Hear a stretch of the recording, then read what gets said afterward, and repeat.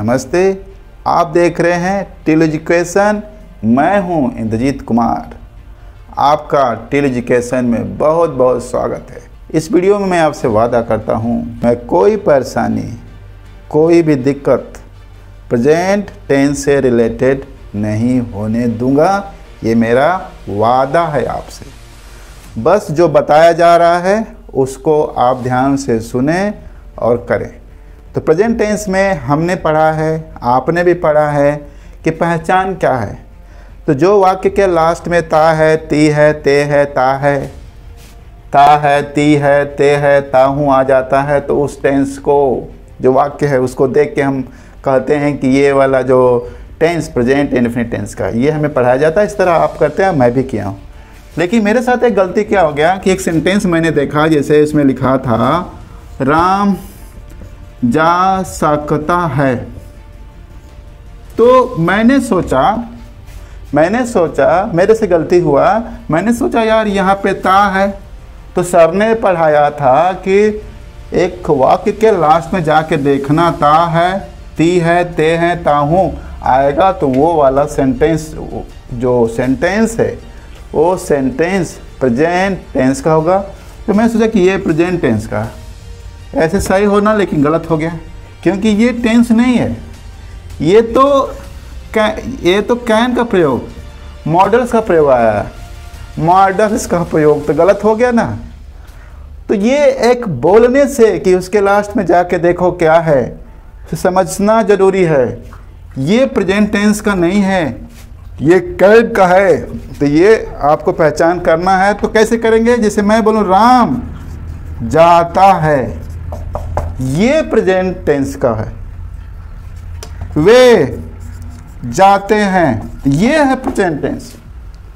हम पढ़ते हैं, तो ये है प्रेजेंट टेंस। ते हैं, ता है। मैं पढ़ाता हूं, तो ये है प्रेजेंट टेंस।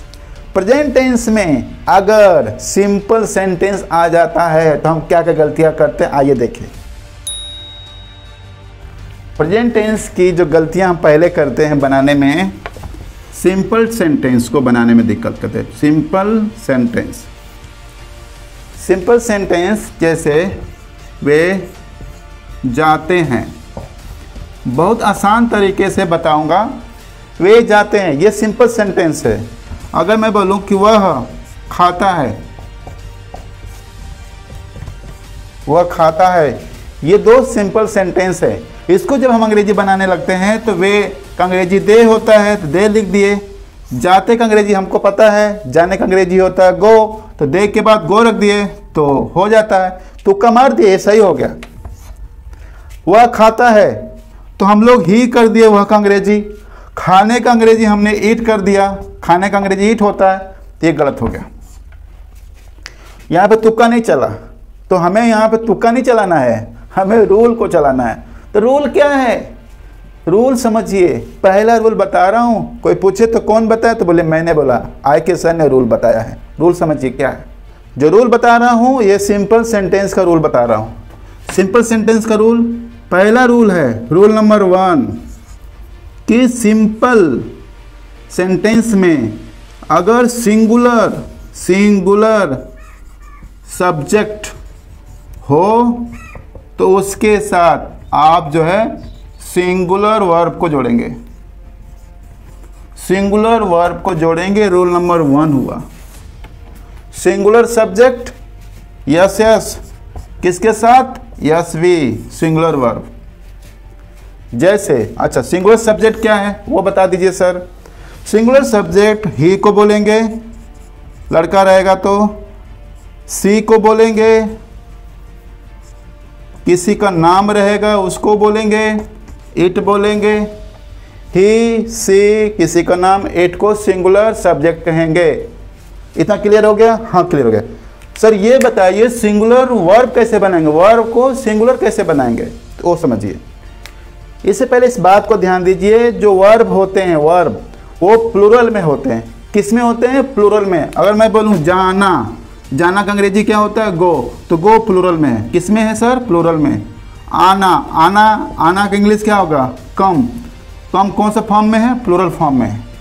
ठीक है। दौड़ना, दौड़ना, तो ये कौन सा? रन, रन मतलब दौड़ना। तो कौन सा फॉर्म में है? प्लूरल फॉर्म में है। हमेशा जो वर्ब प्लूरल फॉर्म में होती हैं, इसको हम जो है सिंगुलर में बनाना सिखाएंगे आपको। सिखाएंगे क्या? अभी सिखा रहे हैं, सीख लीजिए। अगर गो है, ये प्लूरल को अगर हमें सिंगुलर में बनाना है तो इसमें ईएस जोड़ दीजिए। क्या करिए सर? ईएस। ईएस को जोड़ते ही ये जो गो है प्लूरल वाला जो वर्ब है सिंगुलर में बन जाता है। कम जो है वो प्लूरल में है, इसमें कम में ना एस जोड़ दीजिए, यस। और R U N, run, run है तो इसमें R U N S, runs कर दीजिए। कितना आसान है। जैसे ही आपने वर्ब में यस अथवा यस जोड़ दिया तो बन जाता है सिंगुलर वर्ब, सिंगुलर वर्ब बन जाता है। इतना आसान चीज़ है। अब मज़े वाली बात देखिए, ये सिंगुलर बन गया वर्ब और सिंगुलर आपको सब्जेक्ट पता ही है, तो इसको जोड़ के ट्रांसलेशन बना देंगे। आइए रूल नंबर 1 को ध्यान में रख के कुछ सेंटेंस को लेकर के उसका ट्रांसलेशन बनाना सीखते हैं। अभी देखते हैं, देखिए।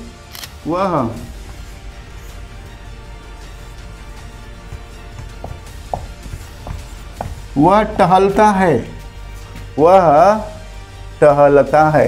देखिए प्रेजेंट टेंस सिंपल। वह सिंगुलर सब्जेक्ट, वर्ब सिंगुलर में बनाएंगे। वह का अंग्रेजी ही, टहलने का अंग्रेजी वॉक, वॉक, और इसमें भिड़ा देंगे यस। ये देखिए ये हो गया, ये सिंगुलर के साथ सिंगुलर वर्ब, ही वॉक्स। वह दौड़ती है, वह दौड़ती है।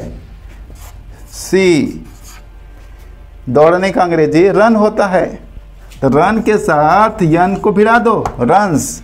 वह दौड़ती है, सी रन्स, वह दौड़ती है। समझ आ गया? तो ये रूल नंबर 1 आप सीखे।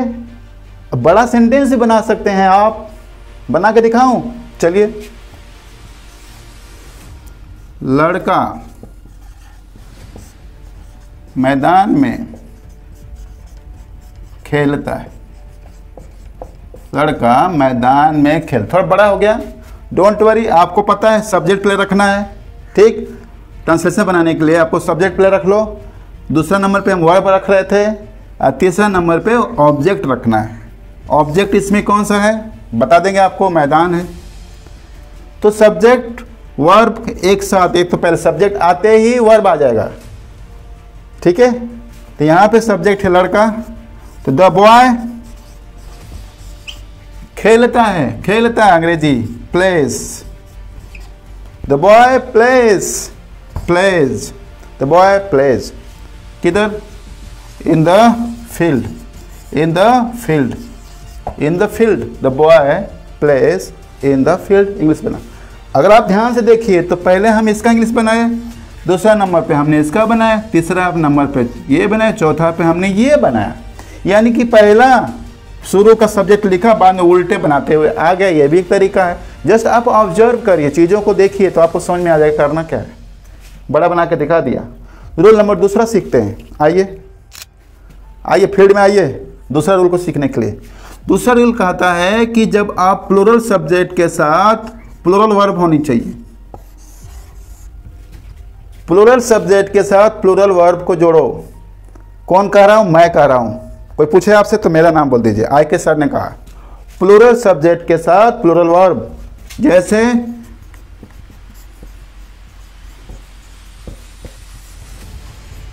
जैसे मैं लिखता हूं, मैं, तुमको लग रहा है कि मैं प्लूरल हूं? प्लूरल आई यहाँ पे प्लूरल जैसा काम करता है, तो आई प्लूरल हो गया। लिखता हूं का अंग्रेजी होता है राइट, तो राइट के बाद में यस भिड़ाया है सर या नहीं? सर पिछली बार भिड़ाया था। अरे मारेंगे दो तमाचा तुमको। हमने क्या कहा था? तुम जो है अगर ये सिंगुलर रहेगा तब यस भिड़ाना या यस भिड़ाना। आई जो प्लूरल है, कान खोल के सुन लो, आई प्लूरल यहाँ पे मान रहे हैं, तो आई के साथ तुम जो प्लूरल वर्ब रखना, यस और यस ना भिड़ाना। ठीक है सर, ये सही हो गया तुम्हारा। फिर हम जाते हैं, सर हम का अंग्रेजी वी होता है, हाँ। सर जाने का अंग्रेजी गो होता है, हाँ गो। सर वी गो, बस सर बना लिए, सर सीख लिए। मैं कहा बहुत अच्छी बात, तुमने सिंपल सेंटेंस सीख लिया बनाना। अब तुम्हें थोड़ा इंट्रोगेटिव सीख ले, निगेटिव सीख ले। ठीक है सर, सिखाइए सर, पहले निगेटिव सिखा दीजिए। तो आइए निगेटिव में क्या गलती करते हैं वो देख लीजिए, ताकि आप ना गलती करें। ये गलतियां मैंने किया इसलिए आपको कह रहे हैं कि आपसे गलती नहीं होना चाहिए, सिखा रहे हैं, सीख लीजिए। निगेटिव सेंटेंस प्रेजेंट इंडेफिनिट का आता है तो क्या गलती करते हैं देखिए। जैसे मैं बोला तुम स्कूल नहीं जाते हो, या तुम स्कूल नहीं जाते हो, निगेटिव सेंटेंस। तो यहाँ पे आप तुम का अंग्रेजी यू, अब जाते हो का अंग्रेजी क्या होता है गो, फिर नॉट का अंग्रेजी नॉट, फिर स्कूल का अंग्रेजी स्कूल, ऐसे कर दो तो हो गया सत्यानाश। यू गो नॉट स्कूल ऐसा बना दिए, गड़बड़ हो गया जी। सर सही बताइए। तो यहाँ पे ध्यान दो, एक्चुअली ऐसा ही बनना चाहिए, लेकिन यहाँ पे ये निगेटिव सेंटेंस कहता है कि डू और डज को बुला लाओ।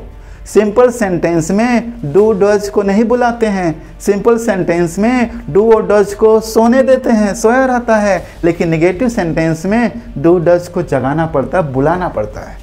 ये देखो यहाँ पे ये एक है, एक कलाकार दूसरा है। ये जो है ये मोटा जो मुंडी बड़ा वाला ये डज है, ये जो छोटका मुंडी वाला डू है। ये डू और डज में से कोई एक आएगा। इसका नियम क्या है, ये डू कहता है कि मैं प्लूरल सब्जेक्ट के साथ जाऊंगा, और डज कहता है कि मैं सिंगुलर सब्जेक्ट के साथ जाऊंगा। यानी कि ये हुआ कि नेगेटिव सेंटेंस जब आता है तो भाग भाग के तुम डू और डज के पास जाओगे। तो मान लो यहाँ पे चेक किया कि ये प्लूरल सब्जेक्ट है, तब तो डू आ गया, नहीं तो तुमको फिर भगाएगा। तो वो पूछेगा कि बताओ तुम मुझे किसको जगाओगे, तुम डू को जगाओगे या डज को जगाओगे। तो तुम्हारे पास रिप्लाई होना चाहिए कि भैया यहाँ पे तुम हो, तुम मतलब कि प्लूरल सब्जेक्ट है, तो प्लूरल सब्जेक्ट के लिए तुम्हें डू को जगाना चाहिए, तुम डू को जगाओगे। तो तुम जो है इंग्लिश होगा यू, उसके बाद तुम जो हेल्पिंग वर्ब लगा दोगे। हेल्पिंग वर्ब बोले तो ये दोनों में से कोई एक, तो यू के साथ डू लगाओगे, यू के साथ डू लगाओगे। उसके बाद तीसरे नंबर पे नॉट लगाओगे, चौथे नंबर पे गो लगाओगे वर्ब, और बाद में ऑब्जेक्ट लगाओगे। You do not go to school, ये ऐसा बनेगा। डू डज इसमें आएगा। यही गलती हम करते थे, डू डज नहीं लेके आते थे तो मिस्टेक हो जाता था। आप मिस्टेक ना करिएगा। आइए एक और एग्जांपल लेके समझा दूं आपको।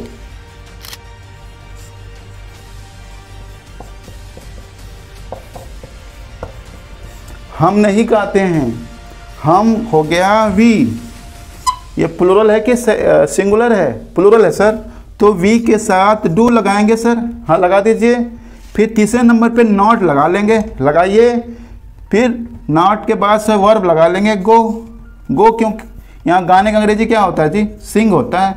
सिंग, तो सिंग लगाना चाहिए तुम्हें। हाँ सर, वी डू नॉट सिंग। ठीक है, तो इसका स्ट्रक्चर क्या हुआ? पहले सब्जेक्ट, कौन सा?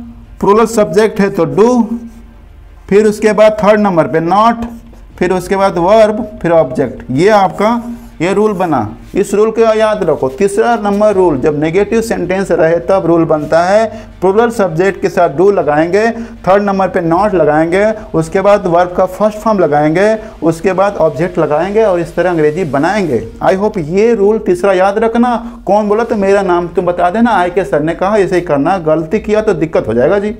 निगेटिव सेंटेंस में जब सिंगुलर सब्जेक्ट आता है तो गलती मत करना।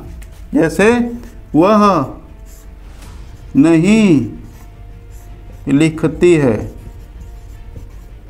देखो वह नहीं लिखती है, वह नहीं लिखती। ये जो वह है सिंगुलर है, सब्जेक्ट है कि नहीं है सर? इसका अंग्रेजी सर सी होता है। हाँ सी। अब यहाँ पे डू और डज सो रहे थे ना। ये बड़का मुंडी वाला को जगाओगे कि छोटका मुंडी वाला को जगाओगे? अभी किसको लेके आओगे सर? ये बड़का मुंडी वाला को, डज को लेके आएंगे। लेके आओ इसको, पकड़ो, चलो भाई। तो यहाँ पे भाग के इधर आ जाएगा डज। उसके बाद सर नॉट लगा देंगे तीसरा, फिर सर इसके बाद राइट का अंग्रेजी कर देंगे, राइट का। लिखने का अंग्रेजी राइट होता है। She does not write sir, she does not write, आसान है कि नहीं आसान? ध्यान दो बस, सिंगुलर सब्जेक्ट के साथ डज आएगा, सिंगुलर सब्जेक्ट के साथ डज आएगा, फिर तीसरे नंबर पे नॉट आएगा, फिर वर्ब आएगा, और इस तरह आप इंग्लिश बनाओगे। राइट, बात समझ में आया कि नहीं? ये चौथा रूल। चौथा रूल क्या कह रहा है? चौथा रूल बता दिया। चौथा रूल सिंगुलर सब्जेक्ट के साथ डज का प्रयोग। इसका स्ट्रक्चर क्या किया? Singular subject plus does plus not plus verb का फर्स्ट फॉर्म और प्लस ऑब्जेक्ट। ये कर लेना भाई, ये कर लोगे तो गलती नहीं होगा। तो 4 मैंने गलतियां बताया और उसको किस तरह इम्प्रूव करना, किस तरह बनाना है सही करके, ये भी सिखाया आपको। तो अब अगर प्रेजेंट इंडेफिनिट में तुमको ये क्वेश्चन आएगा ट्रांसलेशन बनाने के लिए, तो अब तो गलती नहीं होना चाहिए ना। अगर एक एक करके जो मैंने बात बताया है उसको तुम फॉलो करोगे, तुमसे गलती होगा ही नहीं। ये मेरा है वादा तुमसे। बस तुम बताए हुए रास्ते पे चलना। और ऐसे ही वीडियो देखने के लिए और मेरा जोश बढ़ाने के लिए आप सबका बहुत बहुत धन्यवाद।